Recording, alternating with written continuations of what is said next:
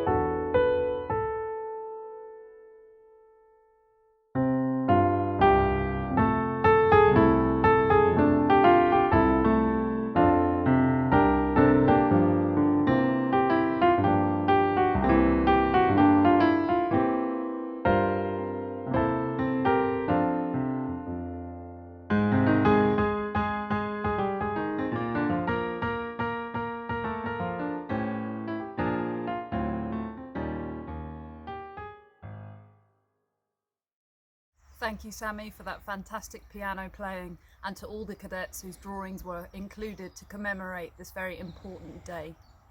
Now we're going to move on to last year's Lord Lieutenant Cadet CPO Catherine Pryor, who will be singing in tribute to all of the incredible women involved in World War II. 6 million women.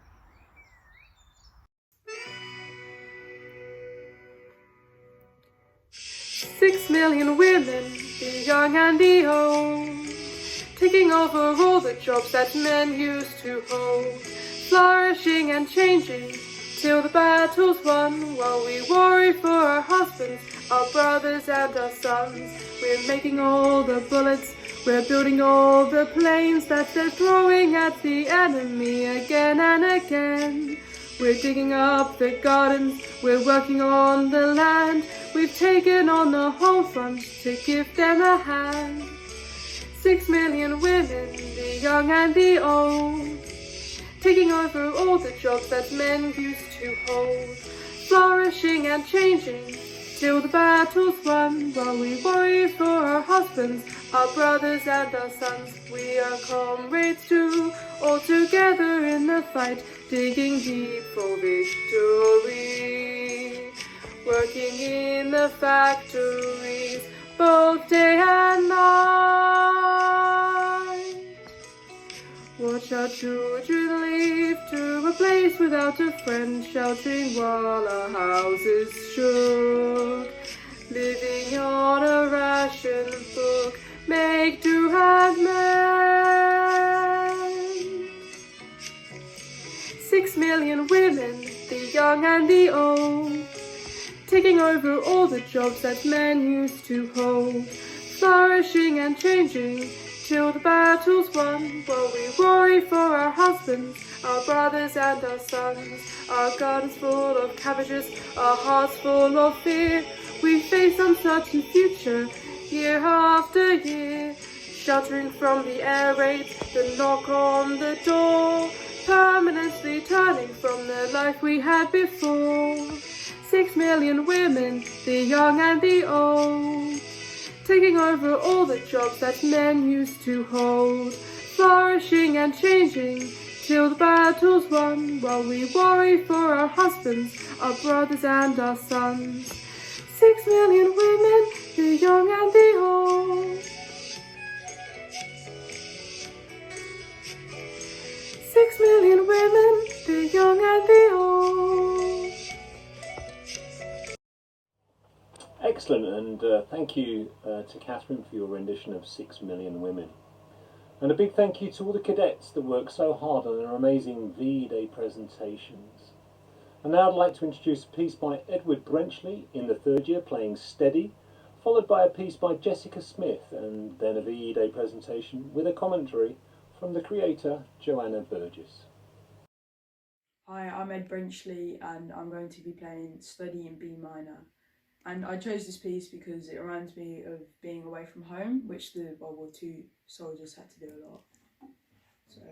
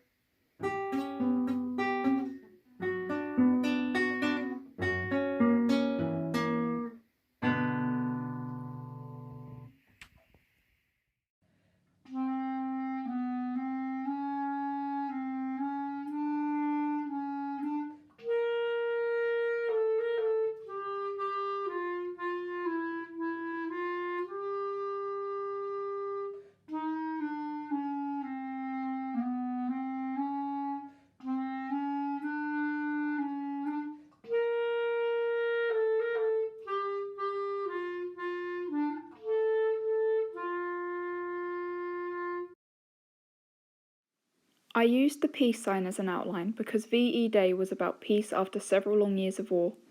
However, the images in the centre show both celebration and war, because although it was a happy day, many people did not live to see it.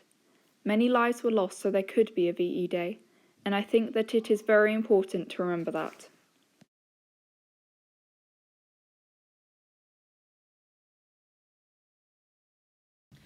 Up next we have James Pridmore reading aloud a poem accompanied by pictures of cadets from all 3 services adopting the V-Day victory pose. After that we've got a beautiful poem written by Elizabeth Rogers, read aloud by Squadron Leader Crane. Enjoy. I'm going to see a bonfire on a hill, to celebrate VE night, the memory lingers still. It's 60 years ago now, and the memories have passed, but those celebrations left, impressions will last. We'd never seen a firework or pretty coloured rain, the only rockets we knew inflicted deadly pain. We'd seen the dockside burning, incendiaries in the street, but to dance around that bonfire, we thought a wondrous treat.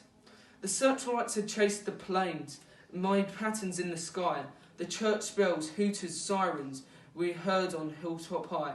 We'd sang and danced and laughed and cried as we went down the hill. The dawn was breaking far away, the memory lingers still.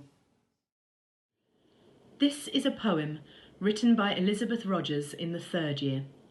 It talks of both celebration and joy, but also how for some the suffering and sorrow was never far away, despite it being VE Day. VE Day, what it was.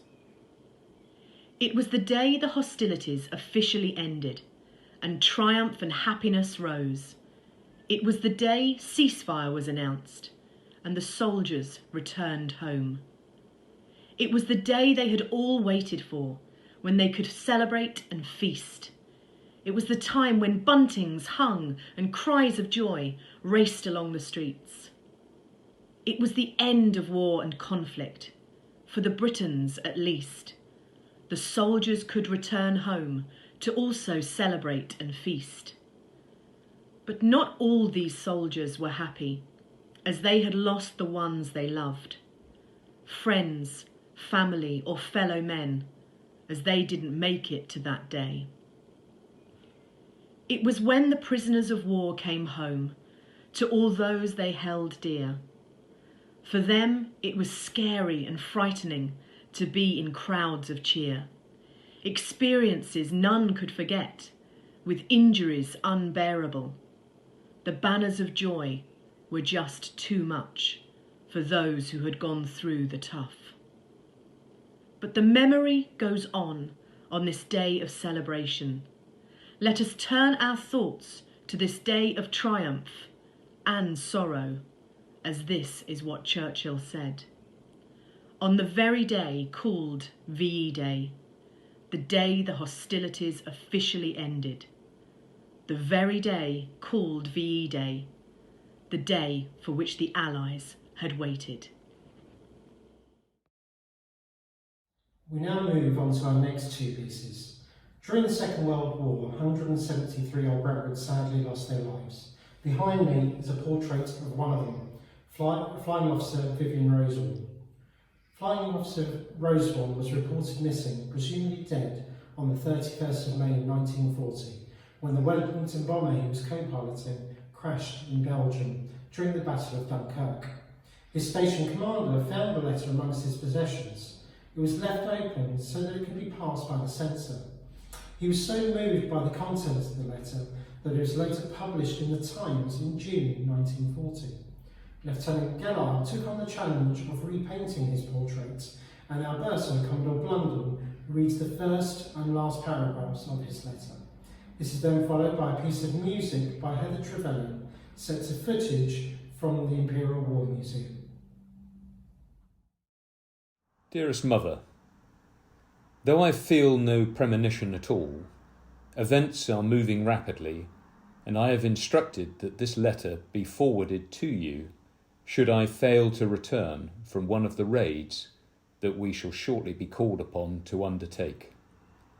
You must hope on for a month, but at the end of that time you must accept the fact that I've handed my task over to the extremely capable hands of my comrades of the Royal Air Force, as so many splendid fellows have already done.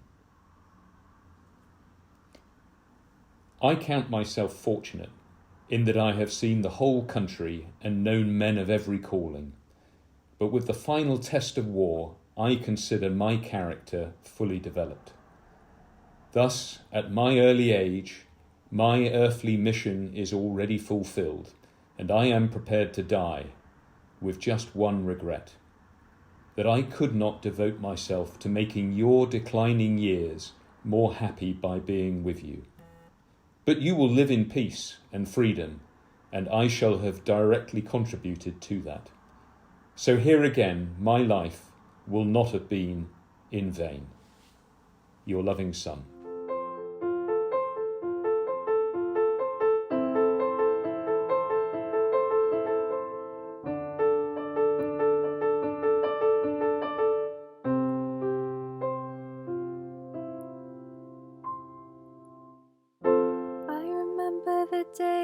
It was yesterday, 8th of May, when everything changed. Oh,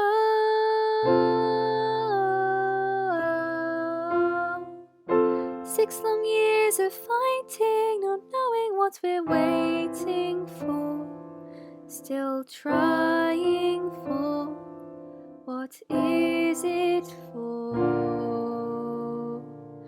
Then we hear the radio say the soldiers might be coming home to stay.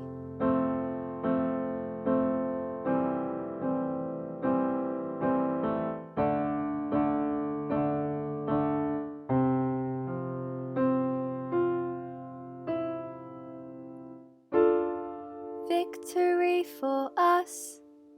Victory. Victory for us. That's how they'll remember the day. Victory in Europe isn't here yet, although there's no threat. It's something none of us will ever forget.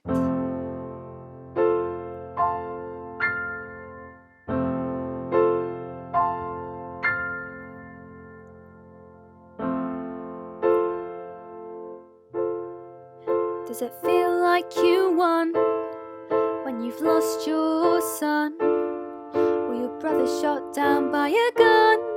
Is that what it means to have won?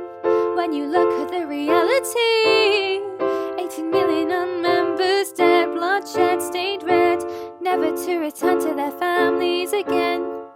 You forgot.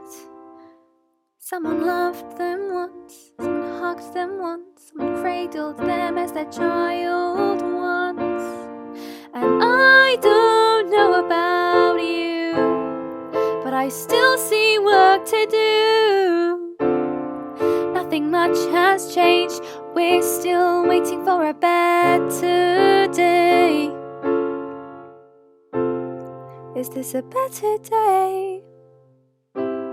Is this a better day?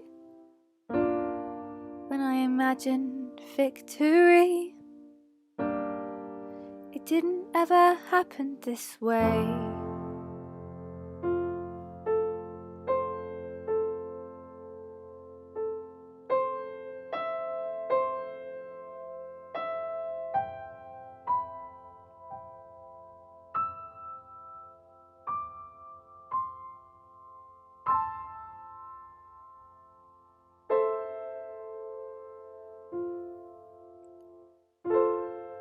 But then I see a child stepping on the street for the first time in their life again. Lights burn bright after being dampened for years, and we slowly forget all our fears. An old man smiles after so much time as the sun shines down, and I know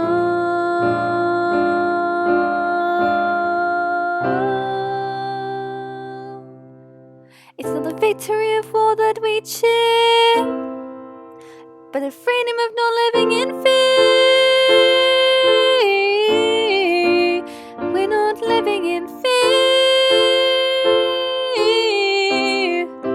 We're not living in fear. We're not living in fear.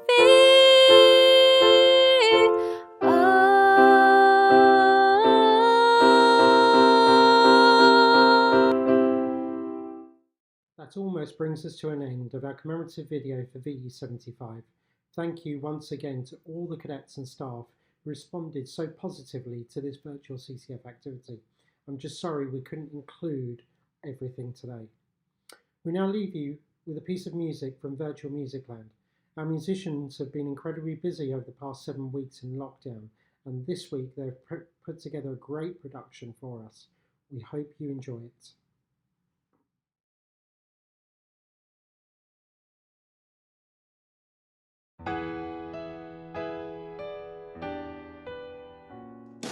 We'll meet again, don't know where, don't know when, but I know we'll meet again some sunny day.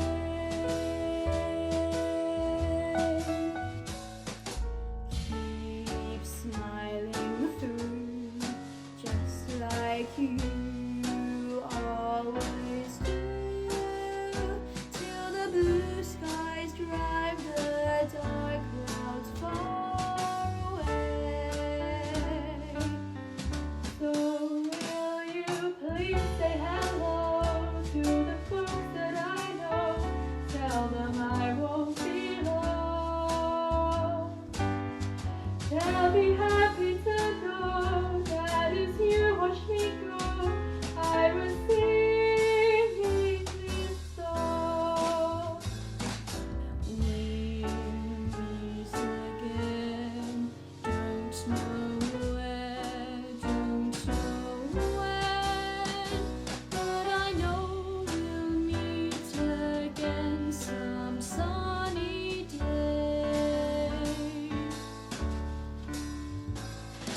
We'll meet again, don't know where, don't know when, but I know we'll meet again some sunny day. Keep smiling through, just like you always do, till the blue skies drive the dark clouds far away. So will you please say hello to the folks that I know? Tell them I won't be long. They'll be happy to know that as you saw me go, I was singing this song. We'll meet again, don't know where, don't know when, but I know we'll meet again somehow.